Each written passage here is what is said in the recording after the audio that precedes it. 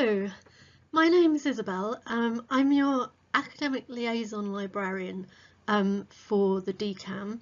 So this basically means that I work with lecturers to make sure that materials are available to you through the library systems.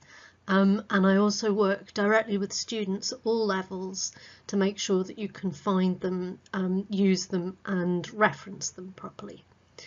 So I'm just going to give you a quick introduction to some of the ways that you can find literature through the library and to referencing and the EndNote system for managing your references.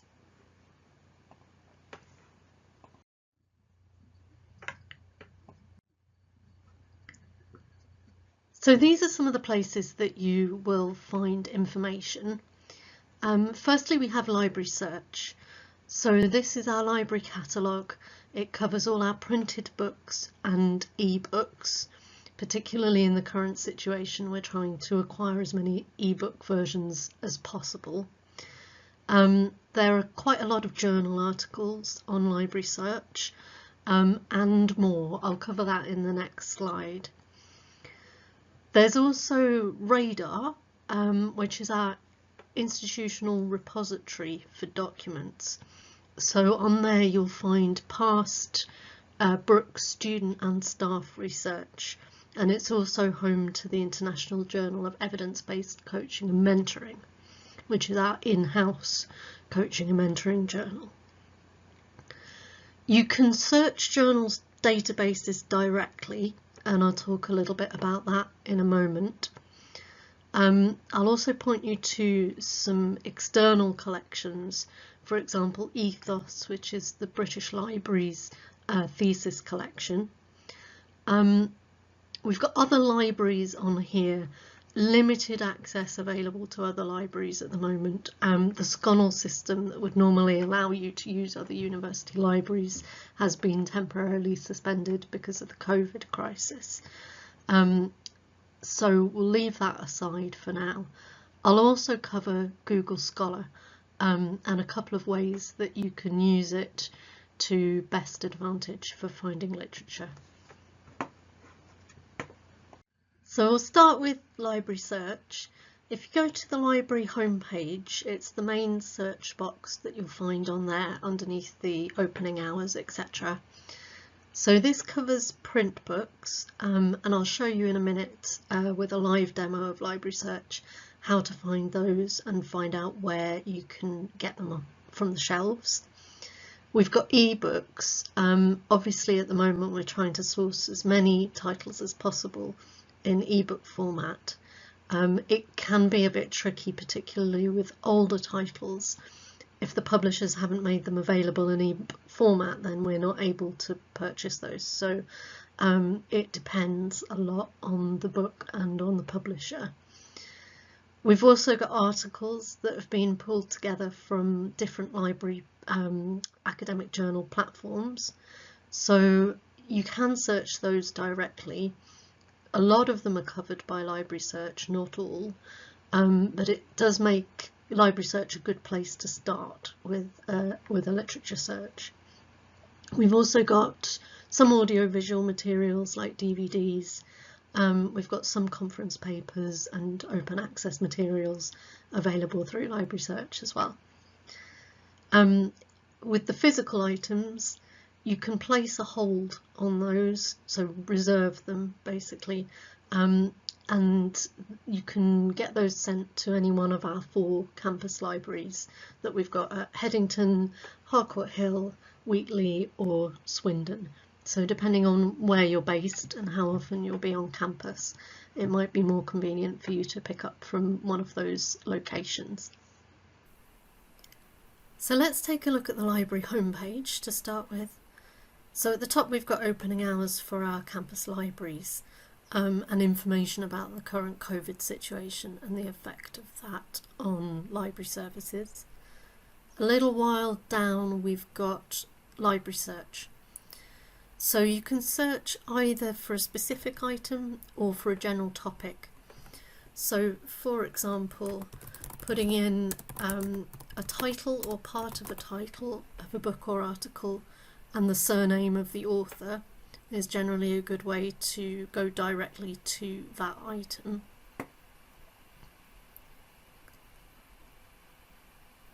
So at the top here we've got the complete handbook of coaching, and you can see that it's available in print in Headington campus, and right here we've got the shelf mark, or what this system calls the call number, so that will tell you where to find the book on the shelves. And if I click on the title and scroll down a little, we can see what copies are available, whether some have been checked out and when they're due back, and this new section in quarantine, so when books come back we need to quarantine them for 72 hours at the moment, so there's a time period where books will be unavailable between them being returned and being put back on the shelves. If you want to place a hold on a book to reserve it, you can use this button here. It will prompt you to log in using your Brooks student number and password, and then you'll have the option to submit a hold request and tell the system where you want to pick the book up from. If a book is available as an ebook, you'll see this green button to view the ebook. We can click on that and it will take us out to the platform that we've purchased the ebook from. So at the top it will tell you how many user licenses or how much access we have to this book. So unlimited is always our preference, but not always the publisher's preference. So sometimes you'll see that we have perhaps 3 user licenses for a particular book, which means that 3 students or staff can read the book at one time. So if you come to a book and it is already being used by 3 people, you might need to return later to read it. There are basically 2 options for ebooks: either read them online or download the book. So for that you'll need some extra software, maybe Adobe Digital Editions for PCs, Bluefire for Apple devices. That will allow you to download the book onto your device. But it works much like a print loan in that you'll have it for a limited time, and then the download will expire. And those time limits vary depending on the publishers and depending on how many user licenses we might have for the book. So that's useful if you want to read the book offline, but if you want to read it online, if you have internet access when you're reading it, that's generally the simpler option. So I'll do another search now. You can also search by topic. And you can use some of the filters down the side to narrow your search. So you can tell it that you want an article or that you want an ebook. You can restrict the date range, so perhaps you only want materials that are more recent from the last 5 or 10 years. You can do that through library search. If I select article,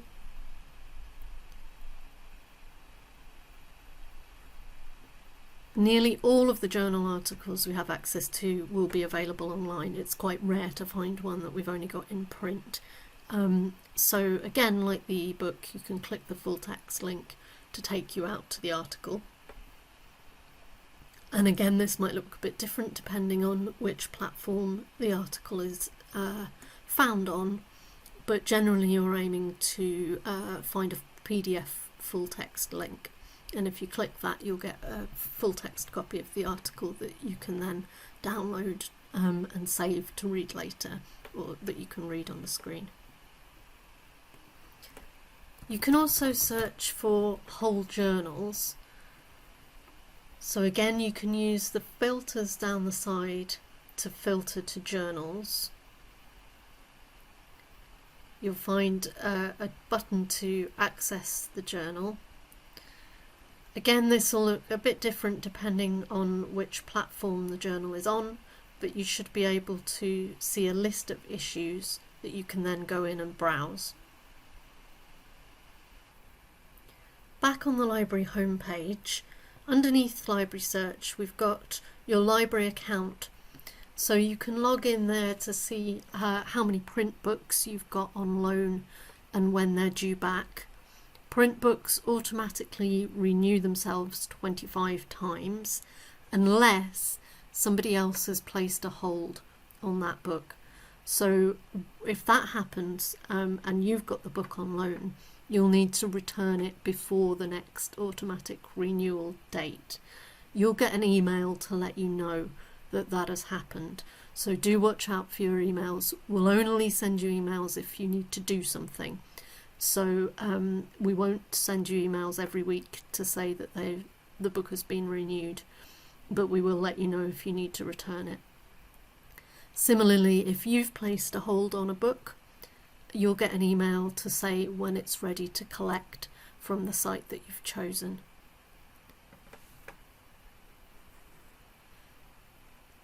The next thing I'll show you is your course resource help page. So just to the right of the library search bar, we've got course resources and support. You can select your subject from the drop-down list, and this will take you through to a page that I've put together with links and materials that are particularly useful for coaching and mentoring students. So you'll find my contact details here on the right. I'm happy to do video appointments or answer inquiries by email if there's anything that you're struggling to find. We've got on the left here some links to more journal articles databases. So these are some that aren't particularly well covered by Library Search and are worth searching separately. So we've got Academic Search Complete, Business Source Complete and PsycInfo, which are all part of the EBSCO database family. So they all look very similar, and you can search across many of those databases at the same time. So if I click to access Academic Search Complete, it will bring up their search page. When it comes to searching, it's often a process of trial and error where you try out different keywords and different combinations to see what you can find. So every time you add a new keyword, you'll reduce the number of results. For example, if you search for these 3 words, the database will look for articles that have word 1, word 2 and word 3. So generally it's better to start with a broader search and then narrow it down later depending on the results that you get. So we might find here, when we've got more than 2,000 results, that it would be worth adding another keyword to narrow down those results to more relevant articles.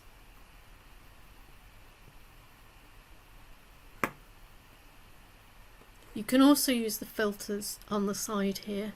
Some of the useful ones include the peer-reviewed filter and the date slider.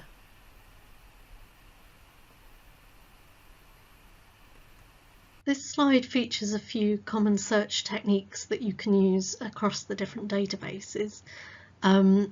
There's also a link to a document called Super Search Strategies, which has more of these sort of tips and tricks for how to search most efficiently.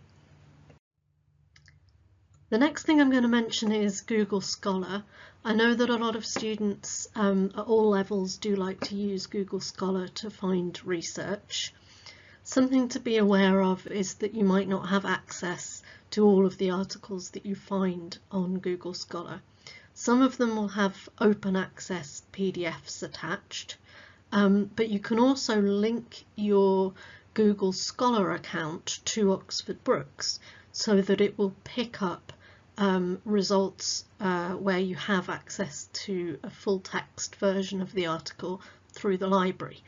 So if you follow these instructions on the slides, you can set that up, and you should see next to some of the articles "Find at Oxford Brookes," and that indicates that we have access to that article, and if you follow the link it will take you through the Brookes authentication through into the library systems.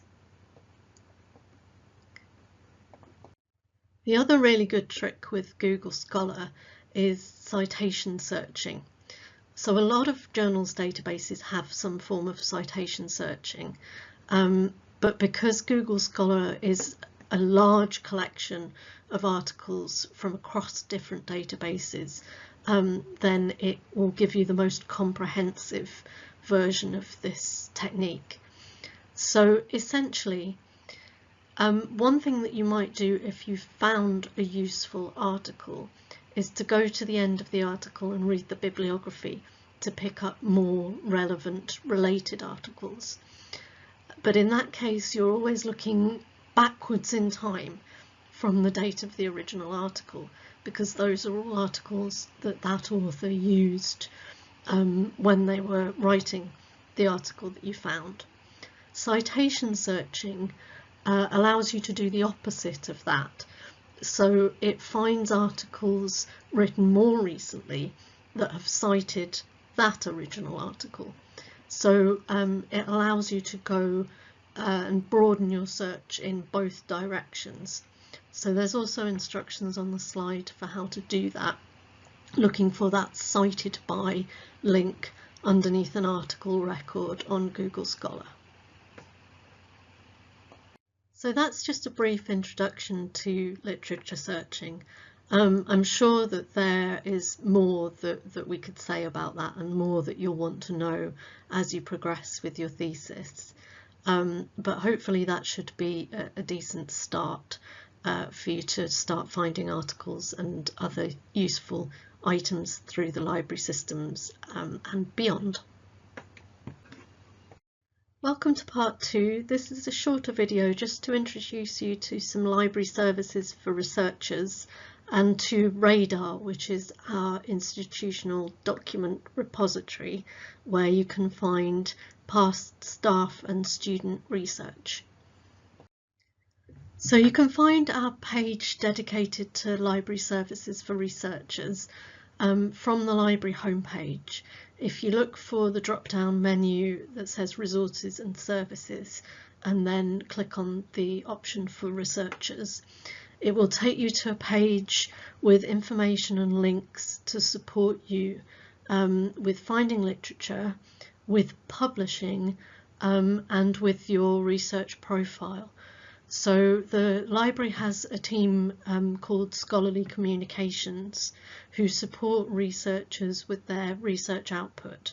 So we can help to advise on things like making your research available in open access formats, establishing an online research profile and monitoring the use of your research output. So I definitely recommend exploring this page, and if you have any inquiries along those lines, you can get in contact with our Scholarly Communications team. I'm also going to introduce you to Radar, which is our institutional repository for research and documents. So Radar has a few things that might be of interest to you. It's got previous student theses, it's got staff research, and it's also the home of the International Journal of Evidence-Based Coaching and Mentoring, which is our in-house journal, which has a really good reputation, so you can browse that through Radar.